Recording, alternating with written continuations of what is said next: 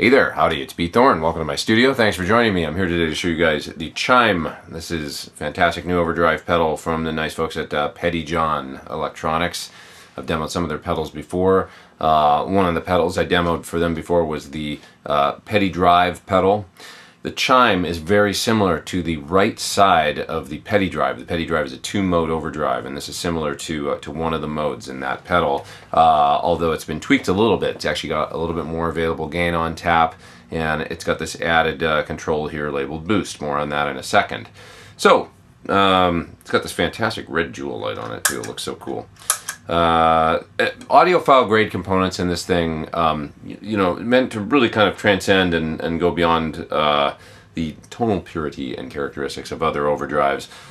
You know, they use like just really high-end components like silver micas and stuff in this where you know, tone really counts. And it really sounds great. As I say, I really liked the Chime tone of the PettyDrive, and this pedal totally lives up to that, if not surpassing it. With some of the new features. So, what do we got here? Well, we've got a tone control, really wide-ranging tone control. Sounds real nice and fat at one end and thins out and sounds really trebly at the other end. So somewhere in there is your tone.